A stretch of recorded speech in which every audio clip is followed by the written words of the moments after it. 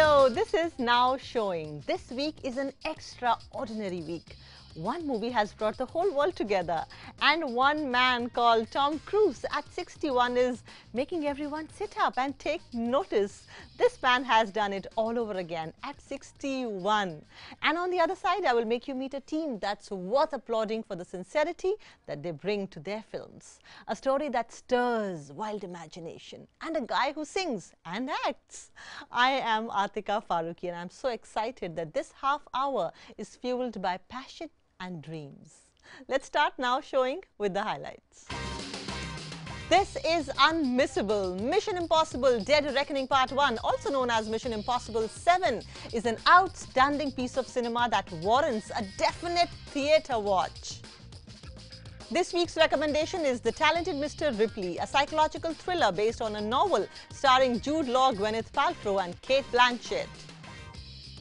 A new web series called Kohrra, set in Punjab, will blow your mind for its emotional connect and the authenticity of police procedural. We sit down and chat with the team. And Ayushmann Khurrana, along with his childhood friend Rochak Kohli, talk about their new song and lots more. And now, to begin with, let's address the elephant in the room. Mission Impossible. This film franchise, which is based on a TV series from the 60s and is now spanning close to 30 years with 7 films, is far from hitting us from boredom. Tom Cruise received praise for preserving theatre experience last summer with the wildly successful Top Gun Maverick. Tom has come with the 7th part of the hit franchise Mission Impossible Death Reckoning Part 1. This high-octane, action-packed franchise, known for its action scenes and cool stunts, is remarkable.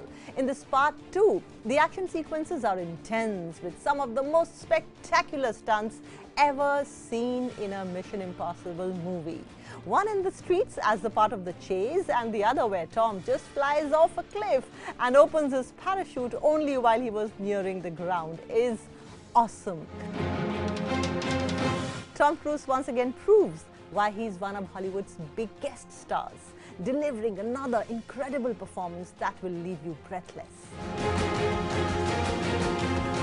The film Mission Impossible Dead Reckoning Part 1 is directed by Christopher McQuarrie. It is his 3rd directing effort in the Mission Impossible series and their 4th time working together.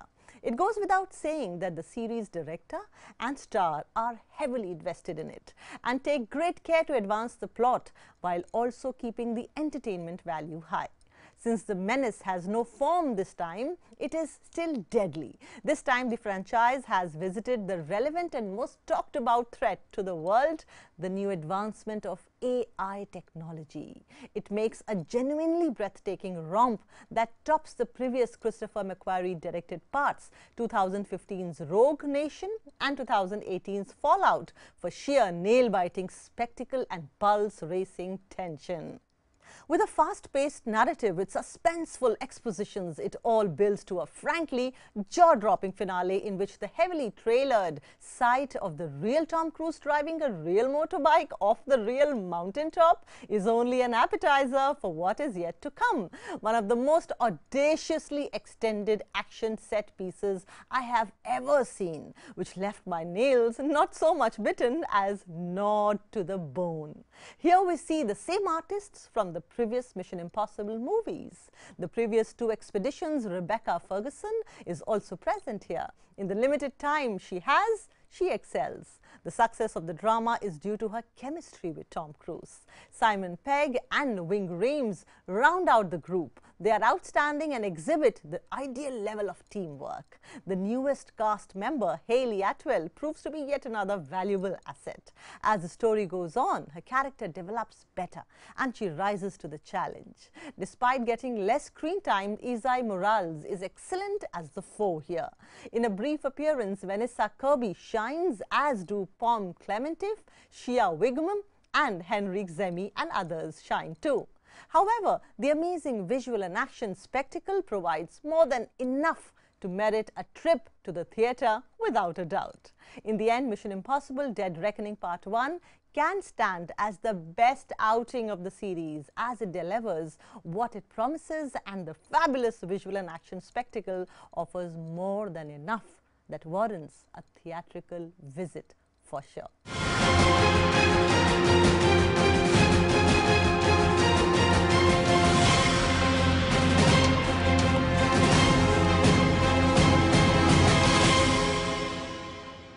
And from one to the other set of master performers, we talk about this week's recommendation. Adapted from Patricia Highsmith's acclaimed novel, this psychological thriller, The Talented Mr. Ripley, is a true masterpiece that skillfully weaves a gripping tale of obsession, deception, and self-discovery. From the very beginning, The Talented Mr. Ripley captures your attention with its stunning visuals and an impeccably crafted atmosphere that transports you to the glamorous backdrop of 1950s Italy. The lavish production design, combined with a hauntingly beautiful score, sets the stage for a story that will leave you on the edge of the seat.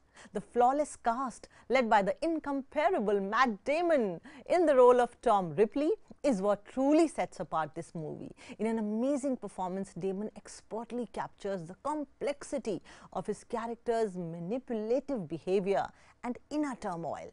His depiction of Ripley's evolution from an innocent opportunist to a morally ambiguous protagonist is nothing short of remarkable. The supporting cast is equally impressive, with Gwyneth Paltrow shining as a subject of Ripley's affection and Jude Law giving a magnetic performance as the enigmatic Dickie Greenleaf. Director Anthony Minghella's lucid vision is evident in every frame, showcasing his mastery of narrative and his capacity to engender a tension-filled environment that keeps you interested from beginning to end.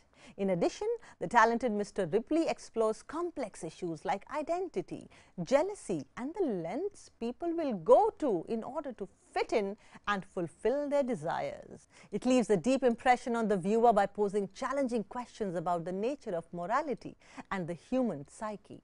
This movie is a must-see for anyone who enjoys suspenseful dramas or just appreciates excellent storytelling.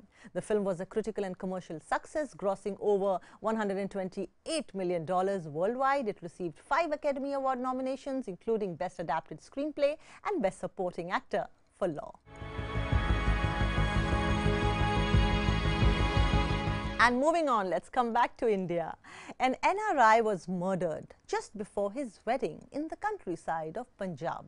As the investigation unfolds, a world of deceit, secrets, and the dramas of dysfunctional families in Punjab are revealed.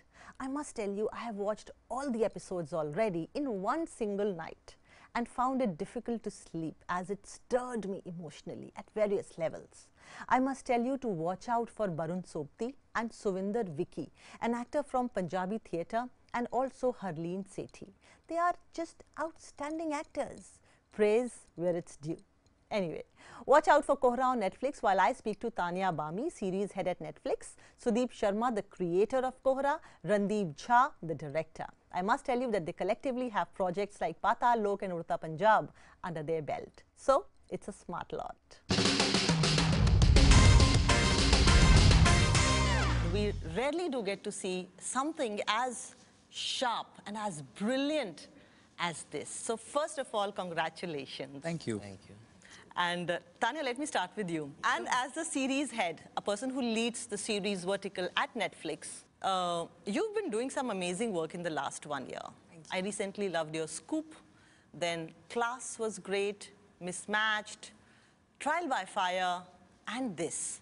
When this script came to you, what was your intuition like? When we started curating our slate for India back in 2019, 2020, it was really about making sure that we have the best creative voices, bringing us, you know, the projects that they believe in the most, the ones that they really have been nurturing or wanting to tell for a while, or a new idea that they've thought of. So in that sense, we absolutely had to have Sudip, you know, amongst the mix of creators, the, you know, really, really dynamic voices who know, I think, contemporary storytelling, which has, I think, a great mix of propulsion, where you really want to know what's going to happen next. Yeah. But along with that, which I think propulsion is being a key element for series to my mind. But along with that, if you miss out, I think, on the emotion or on the heart of the story, then somewhere it just becomes a plot. And I think Sudeep's work and the way he sort of tells stories, that I would say would be his signature style. I would say from NH10 to now, like with Kohrra, Sudeep brings alive not just the world, the crime, but I think most importantly, the people who populate that. It's almost like one crime triggers a deep understanding of the entire, yes, the gamut of people, the local, the culture, the politics, the geography, everything. I could live Punjab through Kohrra. You've been associated with so many lovely projects.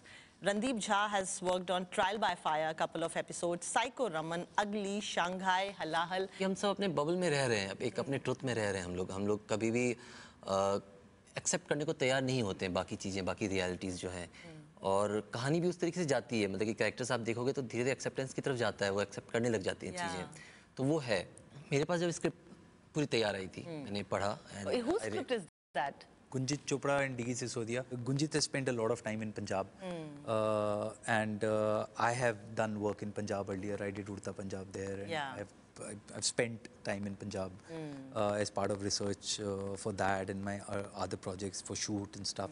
So I've always been fascinated by, you know, by that land, and like you rightly said, you know, we have a tendency to kind of airbrush Punjab through this particular lens, you know, of this fun-loving, party hard, balle balle kind of a land. But it's as Asi to see, I could thankfully there was no Asi to see Augie. Because I grew up mostly among the Sikh community, and whenever I, being a person in the films, would watch something, I used to say that that's not them. Nobody speaks like that. Then where are they? Yeah, nobody so thankfully now they are there on screen with realistic projects. No, and we really wanted to sort of portray that you know, sort of this authentic portrayal of Punjab. There is also not just the Sarson Ka Khet, but there's also this very industrial side to Punjab. That's why we shot it in Ludhiana. The series is based there. मेरे director friends ये बहुत कहते हैं, भाई आजकल एक नई बीमारी है, उनको कास्ट करो जिनकी सोशल मीडिया फॉलोइंग बहुत है. And then we often have a heated discussion on this malaise. That's why we don't have great stimulating projects. तो जब मैं ऑन बोर्ड आया था, सुंदर विक्की ऑलरेडी कास्ट थे. अच्छा. सुदीप ने मेंशन किया कि वो ऑलरेडी हैं, ये कैरेक्टर ये प्ले कर रहे हैं. I had him in mind when we were writing it. अच्छा. So I knew at that it was the point first one जो पहले से. And like you said कि हाँ, जिनको देखने में मजा आए, जिनके बारे में ज़्यादा इन्फॉर्मेशन नहीं हो और परफॉर्मेंस बहुत अच्छी हो. सेम लाइक जब भी मैं कास्टिंग देख रहा होता हूँ, मेरे लिए इंपॉर्टेंट हो जाता है कि हाँ यार वॉचेबल है कि नहीं है. पहले तो मुझे मजा आना चाहिए उस एक्टर को देखने में.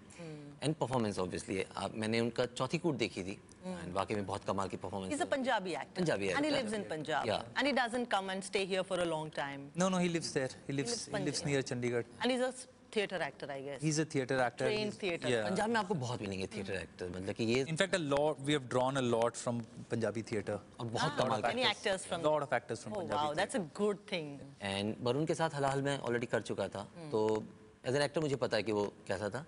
बट हम लोग अगेन उस कैरेक्टर के लिए ढूंढ रहे थे, एंड अगेन सुदीप से आइडिया कि यार वरुण को ट्राई करें क्या.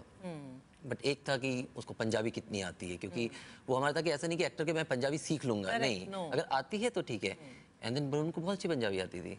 Tell me about the importance of intellect, good reading, a lot of experience when that merges with entertainment, how different it is from the other massy entertaining space that we have seen before. I honestly don't, I've never looked at my work as entertainment. I don't think we, as writers, creators, there is enough nurturing that happens around here in terms of the time that that is required for every script to be given. I don't think we nurture our talent enough. We nurture healthy discussions about writing and ideas enough. It's, you know, mostly there are no discussions. If you go to any coffee shop or any bar in Andheri, there are no discussions happening. बहस ही नहीं हो रही होती है. There are no discussions about craft. The discussions are about ये film कितनी चली, ये कितनी नहीं चली, and that it bores the death out of me. You know, not interested in that. You know, it's, what really excites me is conversations around craft, and you know, and I've never looked at wanting to tell stories that would work oh, what is it that works at this point of time. I think it's not my job. It's really their job. You know, and it's best when I stick to my job and they stick to their job, you know, rather than the other way around, you know. I should be writing something which naturally comes for me, and for them to say, okay, you know, I can see this working and, you know, let's make it. Time for a short break on the show. When we come back, we have Ayushmann Khurrana, Unplugged. He has come back with his new single, and I still remember his first song that he has sung so beautifully. Pani da rang vekh ke akhiyan ch hanjur ul de. Beautiful. And he collaborates with his old friend for his new album.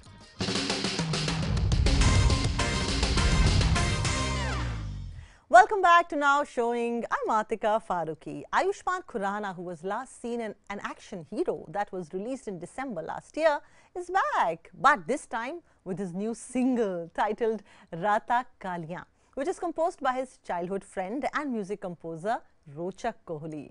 My colleague Vishal Chatkara caught up with them earlier this week and got them talking about all things musical.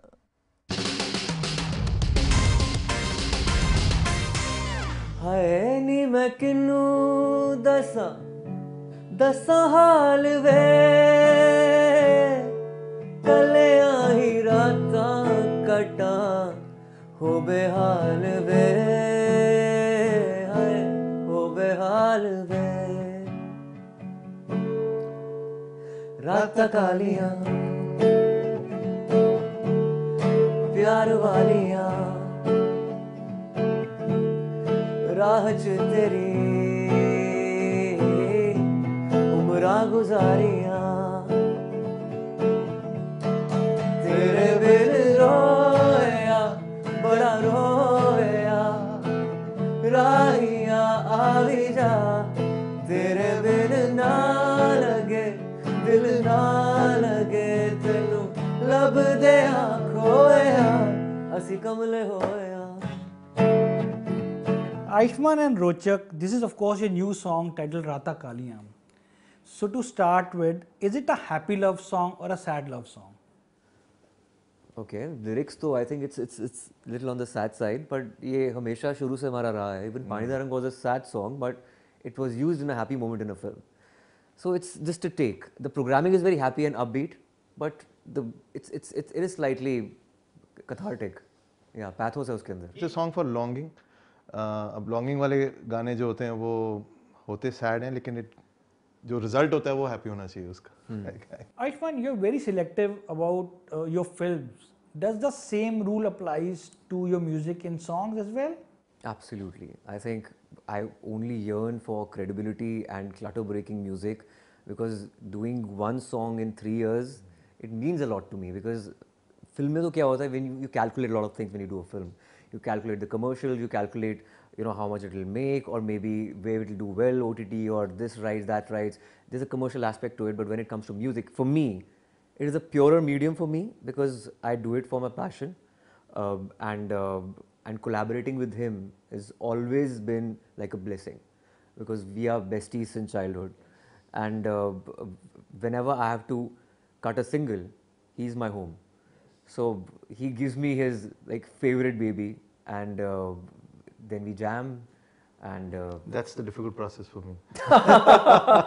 Because when he's jamming, then you know he wants it to be in a particular way, and you know should not be very commercial, should not be very ordinary. He has to stand out, and and you know I think that helps also. In a way to create a better song. You know, Ayushmann, being a singer also means you have to follow a regime. So what type of vocal exercises you do to maintain your voice quality? I've tried to do riyaz every day, though I think riyaz hota hai 5 days a week. I can't do it every day because of my schedule, but wish I could do and do it for like an hour maybe, but these days I can do it for 15 minutes in the morning, 10 minutes in the evening. That's about it. Sapa and do the sargam and everything, just to practice your vocal cords. That's about it. Now you have given a new twist to the popular folk song Chan Kitha Guzari. Yeah. What is it about these lines that appeals to a lot of musicians, even Sukhwinder Singh has done one. So has Zeb Bangash. Like Chand Kitha is it's a Punjabi folk song. So Yeah. Surinder Kaur, Ataullah Khan, Wali Sethi, Harshdeep. Yes. There are a lot of versions Yeah. of Chand Kitha. But I personally, when I heard Rochak's composition Chand Kitha in his studio, I was like, this is But very you gave a new different from twist to the others. song. Of Yeah, course, yeah. because it was not following the rule of the composition of the earlier songs, and he broke the rule and got freshness to it. There was sitar, there were drums, there was flute. So I think it was a very wholesome composition. So, you know, it's not about recreating something and trying to prove a point. It's about paying a tribute to the classic. Then please give a few lines of Chand Kitha Guzari Ai. Ayushmann is here. Sure.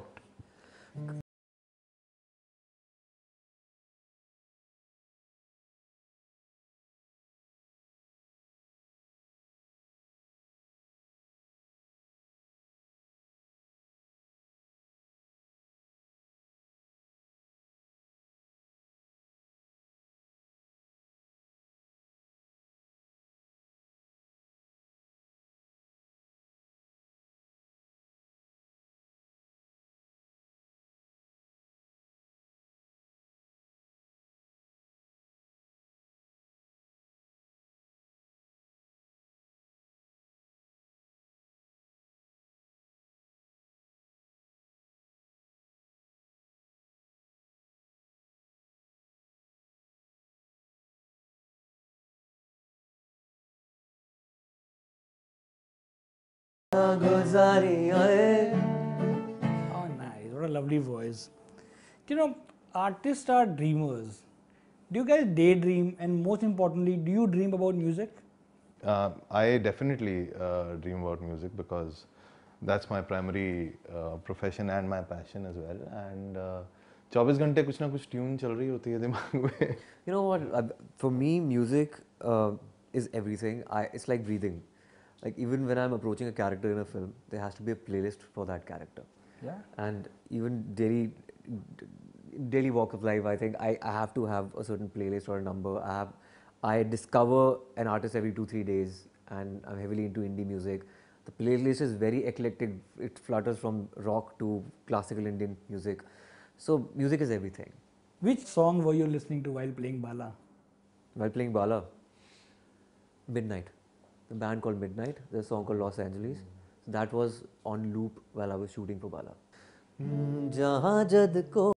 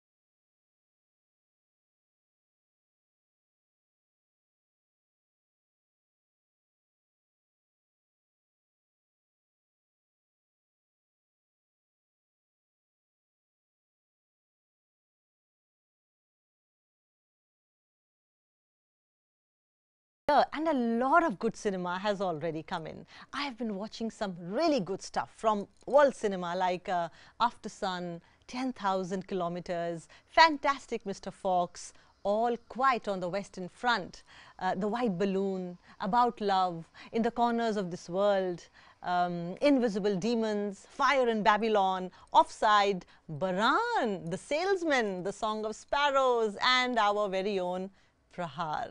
Every time you watch a good movie, you feel like you have bathed the whole night in the rain. It's so satisfying and so gratifying.